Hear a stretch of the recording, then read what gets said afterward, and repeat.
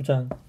솔로몬이 하나님의 성전과 그 왕궁을 건축하는 일, 곧 마음먹었던 모든 일을 마친 뒤에 하나님께서 전에 기브온에서 나타나셨던 것처럼 솔로몬에게 다시 나타나셨습니다. 하나님께서 그에게 말씀하셨습니다.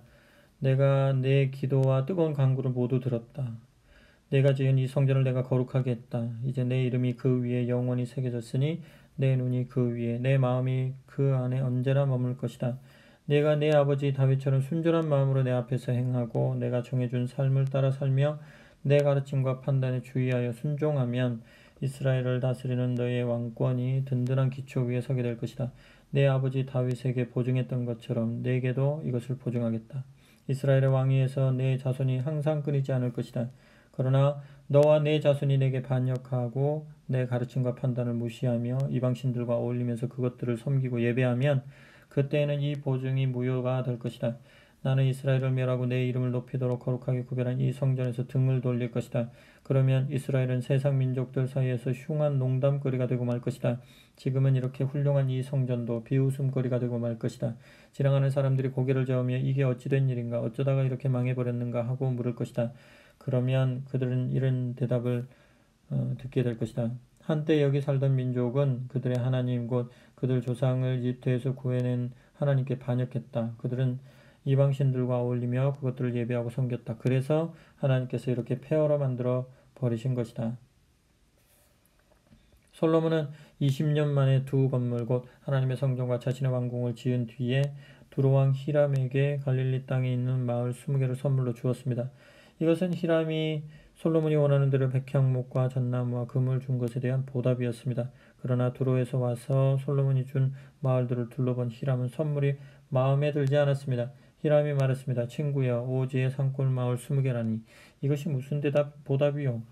사람들은 지금도 그곳을 쓸모없는 오지 마을이라고 부릅니다. 히람이 4.5톤가량의 금에 대한 답례로 솔로몬에게서 받은 것은 그것이 전부였습니다. 솔로몬의 나머지 업적. 솔로몬 왕이 노역을 동원해 하나님의 성전과 자기 왕궁, 방어시설, 예루살렘 성벽, 하솔과 무기또와 게셀의 요새화된 성읍을 건축한 공사 기록은 이러합니다. 전에 이집트 왕 바로가 올라와서 게셀을 점령하여 불사르고 그곳에 살던 가나안 사람을 다 죽였습니다. 그는 그 도시를 솔로몬의 아내가 된 자기 딸에게 결혼 선물로 주었습니다. 그래서 솔로몬이 게셀을 재건했습니다. 솔로몬은 또 아렛 베토론과 바알랏, 사막의 다말, 곡식을 저장해 둘 변방의 성읍, 전차와 말을 둘 성읍들을 건축했습니다. 예루살렘이든 레바논이든 자기 마음에 드는 곳이면 어디에나 대대적인 건축 공사를 벌였습니다. 솔로몬은 그 땅 원주민 가운데서 살아남은 무리 곧 거룩한 전쟁에서 살아남은 자들을 강제 노역 부대로 편성했는데 이 정책은 오늘까지 시행되고 있습니다. 그러나 이스라엘 사람은 그런 대우를 받지 않았습니다. 그들은 솔로몬의 군대와 행정부에서 정부 지도자, 전차와 전차병 지휘관으로 일했습니다. 또한 그들은 솔로몬의 건축 공사를 책임지는 관리가 되었는데 모두 550명이 노역자들을 감독했습니다. 바로의 딸이 정식으로 다윗성에서 올라와 그녀를 위해 특별히 지은 궁에 들어가 살았습니다. 그 후에 솔로몬은 방어시설을 지었습니다. 매년 3번씩 솔로몬은 하나님의 제단에서 예배하며 번제와 화목제를 드리고 하나님 앞에 향을 피웠습니다.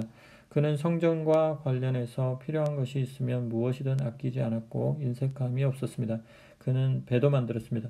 에돔 땅 홍해 해변의 엘락 근처에 있는 에시온 게벨에서 배를 만들었습니다. 히람은 바다를 잘 아는 뱃사람들을 보내 솔로몬 사람들의 항해를 돕게 했습니다. 그들은 오빌로 출항한 뒤 금 16톤을 가지고 돌아와 솔로몬 왕에게 바쳤습니다. 스바 여왕의 방문 10장. 스바 여왕이 솔로몬에 대한 소문과 그것이 하나님의 이름과 관련이 있다는 말을 듣고 어려운 질문으로 그의 명성을 시험해 보기 위해 솔로몬을 찾아왔습니다. 그녀는 향료와 어마어마한 양의 금과 값진 보석을 낙타에 싣고 당당하고 호화롭게 예루살렘에 입성했습니다.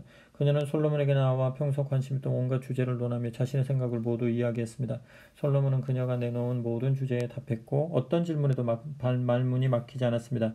솔로몬의 지혜를 직접 경험한 스바 여왕은 그가 지은 왕궁, 잘 차려놓은 식사, 멋있게 줄지어선 왕궁 관리들, 단정하게 차려입은 수종들, 호화로운 수정, 그리고 하나님의 성전에 오르는 계단에서 아낌없이 번제를 드리는 정성스러운 예배를 보며 그 모든 것에 감탄했습니다. 그녀가 왕에게 말했습니다. 모두 사실이었군요. 왕의 업적과 지혜에 대한 명성이 내 나라에까지 들려왔는데 이제 모두 확인했습니다. 내가 직접 보지 않았으면 믿지 못했을 것입니다. 사람들의 말이 과장이 아니었군요. 왕의 지혜와 기품은 내가 상상한 것보다 훨씬 뛰어납니다. 왕 밑에서 일하는 사람들은 날마다 왕 곁에서 지혜로운 말을 직접 들으니 얼마나 복됩니까? 당신을 총애하셔서 왕으로 삼으신 하나님, 당신의 하나님을 찬양합니다. 그분이 당신을 왕으로 삼아 공의로 질서를 유지하게 하시고 소중한 백성을 보살피게 하신 것은 이스라엘을 향한 그분의 사랑에서 비롯된 것임이 분명합니다. 그런 다음 그녀는 4.5톤가량의 금과 수많은 향료와 값비싼 보석을 왕에게 주었습니다. 스바 여왕이 솔로몬 왕을 위해 향료를 가져온 이후로 그처럼 많은 향료가 배로 들어온 일은 다시는 없었습니다. 히람의 배들은 오빌에서 금을 수입해 오면서 엄청난 양의 향기로운 백단목과 값비싼 보석도 함께 가져왔습니다. 왕은 백단목으로 하나님의 성전과 왕궁에 드릴 세련된 가구를 제작하고 음악인들을 위해 하프와 수금을 만들었습니다. 그만한 백단목을 들여온 경우는 이후로 없었습니다. 솔로몬 왕은 스바 여왕이 원하는 것을 모두 주었습니다. 이미 후하게 준 것 외에도 그녀가 구하는 것은 무엇이든 다 주었습니다. 그녀는 흡족해하며 신하들을 이끌고 자기 나라로 돌아갔습니다. 솔로몬은 매년 조공으로 금 25톤을 받았습니다. 이것은 상인과 여러 왕과 지방 장관들과의 무역에서 나오는 세금과 수익 외의 수입이었습니다. 솔로몬 왕은 얇게 두들겨 편 금으로 사람 키만한 방패 200개와 그 절반 크기의 작은 방패 300개를 만들었습니다. 그는 그 방패들을 레바논 숲 궁전에 두었습니다. 왕은 상아로 큰 보좌를 만들고 눈에 잘 띄도록 겉에 금을 입혔습니다. 보좌 아래에는 6개의 층계가 있었고 보좌 뒤쪽에 아치 모양이 있었습니다. 양쪽 팔걸이 옆으로 사자상을 두었는데 6층계의 양쪽 끝에도 각각 사자상이 하나씩 서 있었습니다. 주변 어느 나라에도 그와 같은 보좌는 없었습니다. 솔로몬 왕의 잔과 컵은 금으로 만들었고 레바논 숲 궁전의 식기도 모두 순금으로 만들었습니다. 은으로 만든 것은 하나도 없었습니다. 솔로몬 시대에 은은 흔하고 값싼 것이었습니다. 왕은 원양 선박을 바다에 두어 히람의 배와 함께 있겠습니다. 3년에 한 번씩 그 배가 금과 은, 상아, 원숭이, 공작을 실어 날랐습니다. 솔로몬 왕은 지상의 그 어떤 왕보다 지혜롭고 부유했습니다. 그는 모든 왕보다 뛰어났습니다. 온 세상 사람들이 하나님께서 솔로몬에게 주신 지혜를 배우려고 찾아왔습니다.